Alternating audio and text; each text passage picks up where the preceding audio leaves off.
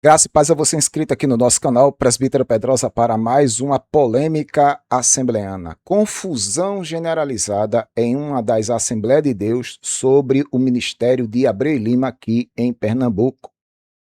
É essa informação que a gente vai tentar destrinchar aqui. Eu recebi uma informação, fui marcado em um Instagram aí, e a gente vai analisar esse conteúdo juntamente com vocês, tá certo? Já é a segunda vez que isso acontece lá para as bandas de Abreu e Lima, e eu vou mostrar isso aqui. Mas antes eu gostaria de convidar você que ainda não é inscrito no canal a se inscrever, ativar as notificações, deixar comentário e compartilhar os nossos vídeos, fazendo com que o nosso trabalho chegue o mais longe possível. Presbítero Pedrosa, canal A Voz Apologética, um canal em defesa do Evangelho, uma voz clamando no deserto. Venha também ser membro do clube de membros, parceiros desse canal, patrocinando esta obra apologética, evangelística e missionária.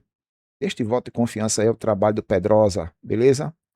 Muito bem, eu estou marcando aqui ó, no Igaraçu oficial. Igaraçu, para quem não sabe, é um dos municípios aqui de Pernambuco. Está bem pertinho de mim, certo? Não tão perto, mas faz ligação, tá certo?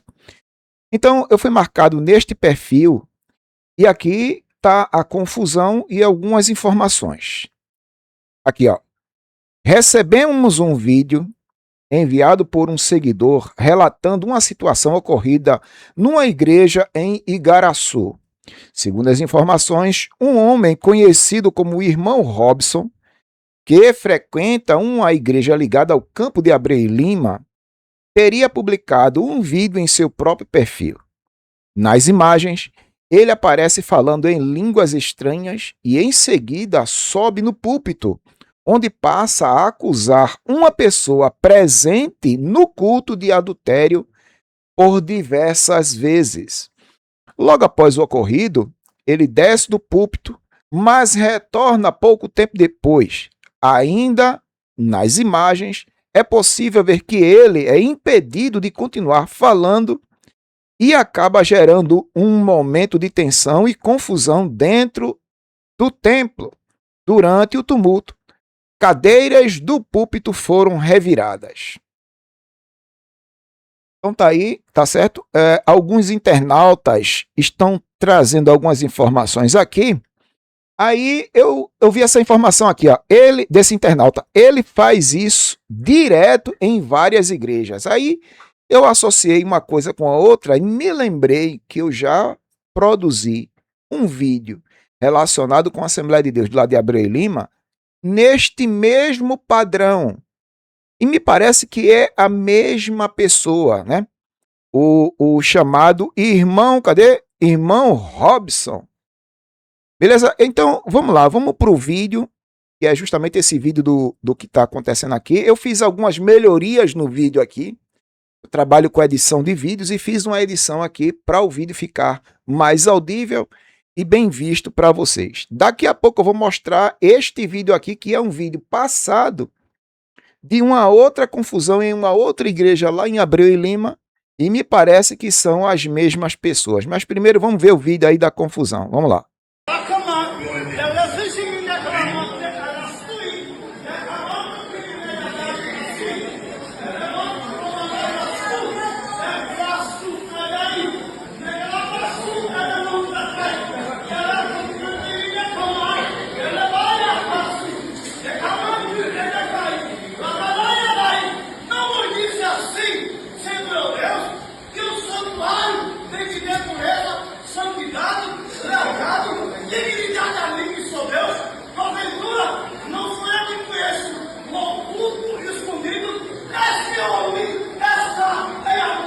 É o que, rapaz?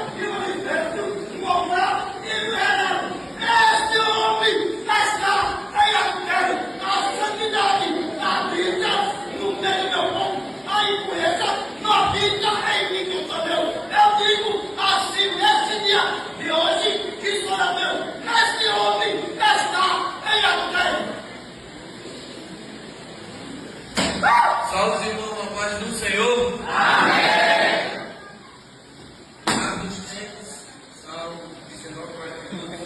Vai vendo, viu? Vai vendo. Essa oportunidade, quero agradecer primeiramente a Deus por mais um aniversário na Natal. Quero agradecer ao meu pastor, ao meu dirigente pela confiança. E quero deixar para os irmãos em João 14, versículo 15. Quem puder abrir sua Bíblia, por favor. Olha. Olha.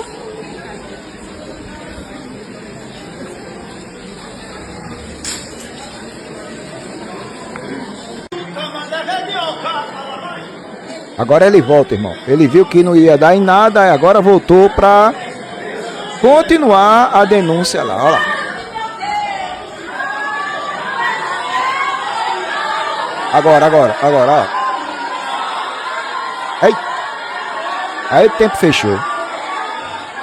Aí o tempo fechou. Eita.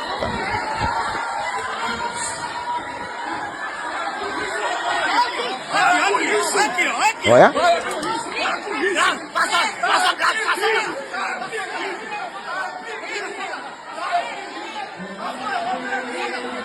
Olha.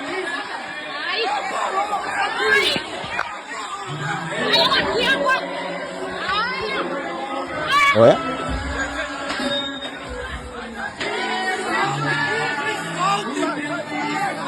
Eita, que isso? Olha aí. Ixi, meu Deus do céu. Isso aqui é o vídeo que circula por esses dias aí na internet, essa polêmica lá numa das igrejas de Abreu e Lima.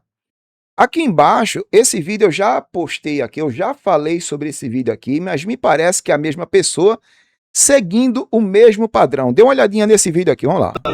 Aos romanos, assim ligando a sua mensagem em muitos aspectos importantes do Antigo Testamento. Paulo sustém assim o tema da continuação da revelação do Antigo Testamento no Novo Testamento. Presta atenção, viu? Uma ideia bastante comum entre os escritores sagrados do Novo Testamento. Isso nos traz naturalmente que Jesus é o Messias predito nas Escrituras do Antigo Testamento. E ninguém está dando atenção a ele. Aí agora alguém vai se levantar. Vê só. Foi escrito a fim de descrever o seu significado e importância para os homens.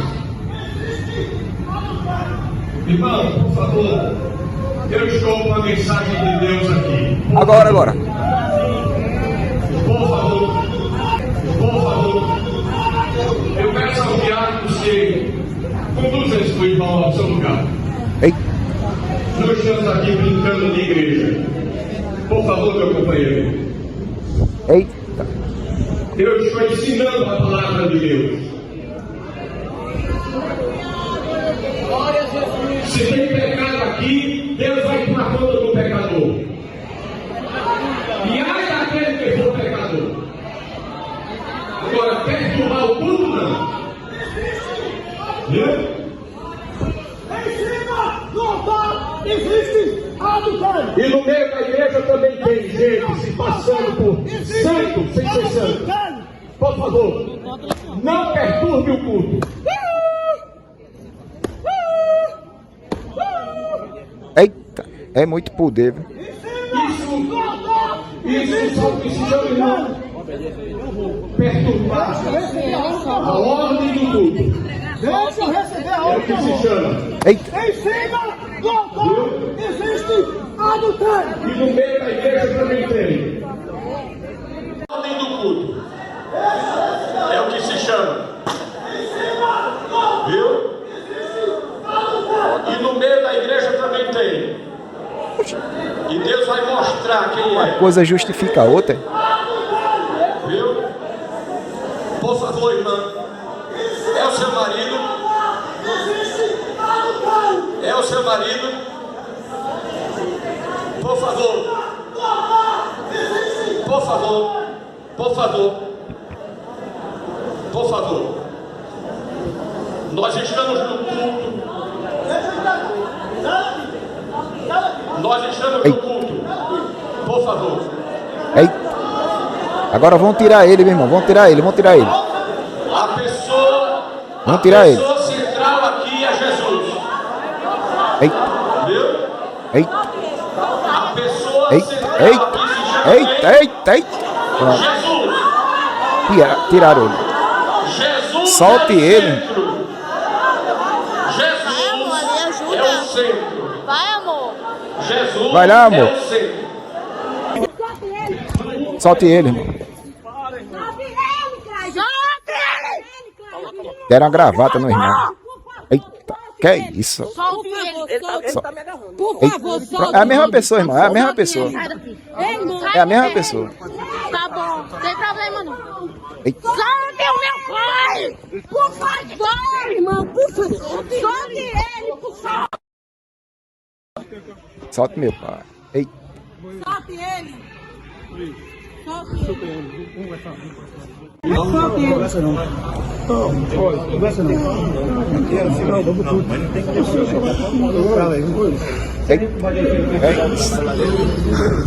Não, desce ele. É a mesma mulher do púlpito. É a mesma mulher que apareceu aqui no púlpito. Mesma mulher. Ele fez o que ali dentro? Deixa eu pegar a mensagem, rapaz. Deus não mandou? Deixa quem tá Se é verdade, eu não quero aparecer, rapaz. É? A verdade tem que aparecer. Deus também tem profeta na terra. Deus tem profeta na terra. Tá errado. Que é isso? Que Bíblia é essa que tu lê? Que não tem profeta. Que É é de isso? profeta. É o pastor. Deus também tem profeta na terra. O pastor pode ser um profeta, mas também existe profeta. Esperava o pastor terminar. Aham, tá certo. Vou processe. Bota a polícia na minha porta. É isso. Tá certo. É isso. Tá certo. A verdade vai aparecer. Olha, Vamos ver quem vai descer. Fica aqui, Robson. Fica aqui. é a mesma. Pegar as coisas, aí vai É a ficar. mesma pessoa. Ela sabe que está errada por estar filmando dentro da congregação. E se essas imagens for para algum canto, o senhor pode ser processado. Você sabe, né?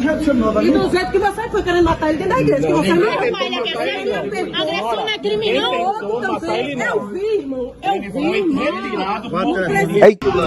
Pronto. Aí, eu vou voltar aqui para a matéria, porque eu vi algo interessante aqui. Eu gostaria de conversar com vocês. Tem um outro comentário aqui de uma pessoa que está dizendo assim, ó. O que aconteceu ontem no culto não pode mais ser tratado como algo normal. Então, essa internauta esteve neste culto no dia dessa confusão. Aí ela diz assim, ó, interromper o culto, expor alguém em público, acusar, gerar confusão, briga, isso não vem de Deus. A palavra é clara em 1 Coríntios 14:33. Deus não é Deus de confusão, mas de paz. Mas em que contexto Paulo disse isso? Que Deus não é Deus de confusão. Tem que saber se o contexto está relacionado com a questão de expor, de acusar, gerar confusão. Né? Será que o contexto de 1 Coríntios 14:33 está apontando para essa direção? Aí você poderia até dizer assim, mas Pedrosa, existe alguma passagem na Bíblia que fale acerca de expor alguém? Veja só, se nós formos partir do princípio que não é para expor ninguém, então o que é que a gente faz com Gálatas, capítulo 2, do versículo de número 11 ao 14? Eu vou ler bem direitinho e depois tentar explicar isso aqui para você entender. Aqui, ó, versículo 11. E chegando Pedro a Antioquia, chegando quem, Pedrosa? Um apóstolo a Antioquia. Lhe resisti na cara porque era repreensível. Opa! Quem foi que resistiu Pedro na cara? Paulo. Porque quem está escrevendo a carta é Paulo. E Paulo está dizendo assim, ó, quando Pedro chegou em Antioquia, eu lhe resisti na cara porque era repreensível. quer dizer que o apóstolo Pedro era repreensível? É o que está no texto aqui. Então o que é que a gente faz com esse texto? Mas para por aí, Pedrosa? Para não. Aqui, ó, o versículo 12 e 13 explica por que Pedro estava repreensível. Porque antes de alguns estivessem chegado da parte de Tiago, Pedro, porque Pedro comia com os gentios. Era aquela festa com gentios. Estava lá no meio dos gentios. Mas, depois que os da parte de Tiago chegaram, Pedro se foi retirando, se apartou deles, temendo os que eram da lei, os que eram da circuncisão, os que vieram da parte de Tiago. Aí Pedro usou de hipocrisia, né? Porque antes da turma de Tiago chegar, ele estava lá na festa com os gentios, era aquela alegria toda. Mas quando a turma do ministério chegou, Pedro olhou assim e disse, opa, vocês ficam por aí que eu vou por ali. Aí o que acontece? Pedro se retirou. Aí o versículo 13, e os outros judeus também dissimulavam com ele. Pronto, aqui é onde começa o problema aqui. A retirada de Pedro fez com que os judeus que estavam com os gentios saíssem também. E o que é que eles praticaram, Pedrosa? Dissimulação. Hipocrisia. Tá entendendo? Eles dissimularam com ele. Ele quem? Pedro. Os outros judeus também dissimularam com Pedro. De maneira que até Barnabé se deixou levar por sua dissimulação. Veja, a hipocrisia de Pedro, a dissimulação de Pedro contaminou a mente dos outros judeus e também contaminou a mente de Barnabé. Quem era Barnabé, Pedrosa? Barnabé é um homem espiritual que Deus usou na conversão de Paulo. Mas nem por ser espiritual, Barnabé vigiou. Barnabé se deixou levar pela dissimulação de Pedro, pela hipocrisia de Pedro. Veja um homem hipócrita e dissimulado o que é capaz de fazer. Ele é capaz de contaminar todo o rebanho, tá aqui, ó, e os outros judeus. Inclusive Barnabé, que foi usado por Deus na conversão de Paulo, se deixaram levar pela dissimulação de Pedro. Aí o que acontece? Mas quando vi, aí Paulo, linguagem de nordestino, Paulo ficou com sangue no olho, em ver Barnabé cair na de Pedro, os judeus cair na de Pedro, Paulo, olha, o sangue subiu para a cabeça. Mas quando vi que não andava bem, olha, duas coisas aqui, ó, não andava bem e diretamente conforme a verdade do evangelho, disse a Pedro na presença de todos. Então, querido, se não é para corrigir na presença de todos, o que é que a gente faz com esse texto? Eu gostaria que algum teólogo aí me explicasse. Se não é para corrigir na presença de todos, então o que é que a gente faz com isso aqui? Porque Paulo corrigiu Pedro na presença de todos. Porque Pedro contaminou com sua dissimulação os outros judeus e também Barnabé. Se não é para corrigir na presença de todos, é para deixar para lá, é para orar, é para entregar a pessoa que está errado, andando errado, não está andando em conformidade com o evangelho. A gente tem que deixar para lá, tem que orar por ele, tem que entregar a Deus. Eu não vejo Paulo fazendo isso. Eu vejo Paulo corrigindo Pedro na presença de todos, ou seja, cortando o mal pela raiz. Então, a minha pergunta de novo, se não é para corrigir publicamente, então o que é que a gente faz com um texto como esse? E outra, só para concluir o meu raciocínio, Paulo, escrevendo a Timóteo, seu filho na fé, 1 Timóteo capítulo 5, versículo 19 e 20, está aqui, ó, 19 e 20. Não aceites acusação contra um presbítero, senão com 2 ou 3 testemunhas, tá certo? Você tem que ter testemunhas para aceitar a acusação contra o presbítero. Aos que pecarem, o que é que tem que fazer, Pedrosa? É normativo aqui, viu? É uma norma, é Paulo que está dizendo. Está instruindo, é norma. Aos que pecarem, repreende-os na presença de todos, para que também os outros tenham temor. Aí vê só. Se não é para corrigir publicamente, o que é que a gente faz com textos como esse? Isso aqui é uma recomendação de Paulo a Timóteo para ser praticado, ou seja, a mesma coisa que Paulo fez com Pedro, corrigiu na presença de todos, Paulo está instruindo Timóteo a fazer o mesmo.